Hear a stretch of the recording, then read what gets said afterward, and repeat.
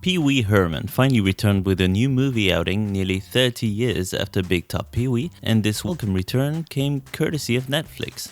Director John Lee and producer Judd Apatow, who helped make Paul Reubens' long-gestating project a reality. Pee-wee's Big Holiday sees everyone's favorite 60-year-old man-child having seemingly moved on with his life somewhat, since he chased his beloved bicycle all over the country in Pee-wee's Big Adventure, and grew hot dog trees on the farm. He's got a job working in a diner, he hasn't left small-town Fairville in ages, and he's in a rut with the world changing around him, much to his despair. That's until he meets and befriends actor Joe Manganiello, who invites him to his birthday party in New York and urges Pee-wee to go on a journey across America and live a little, which he of course does. Pee-wee may be in a rut and you actually see him in a more miserable state than ever before, but his wacky lifestyle is still as entertaining and creative as ever, with his house and even the town itself contributing to his gadget-filled routine. Pee-wee's Big Holiday owes a lot to Jacques Tati and Tim Burton's first Pee-wee movie, the film essentially being a sort of remake of the latter with a fresh plot and new characters. And while there's no Danny Elfman providing the score this time around, and Pee-wee himself looks a lot older, everyone involved does their best to ensure that the spirit of the originals is well and truly present. Unlike most sequels/reboots these days, the film doesn't go out of its way to make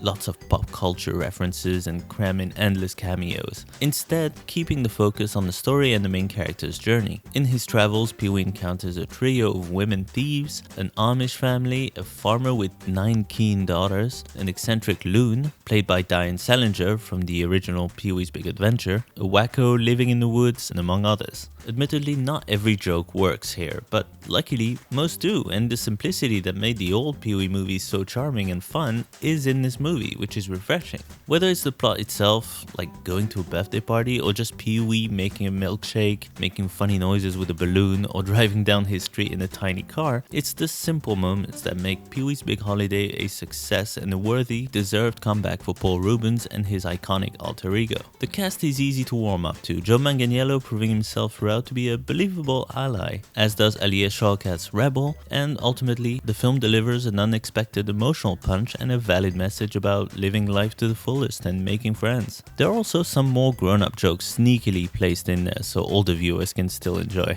It may not be as good as Pee-wee's Big Adventure, but Pee-wee's Big Holiday is probably on a par with Big Top Pee-wee. It's a really enjoyable ride from start to finish and a treat for fans of the offbeat character. I, for one, was pleasantly surprised and look forward to perhaps more movie adventures for Mr. Herman, hopefully on the big screen this time.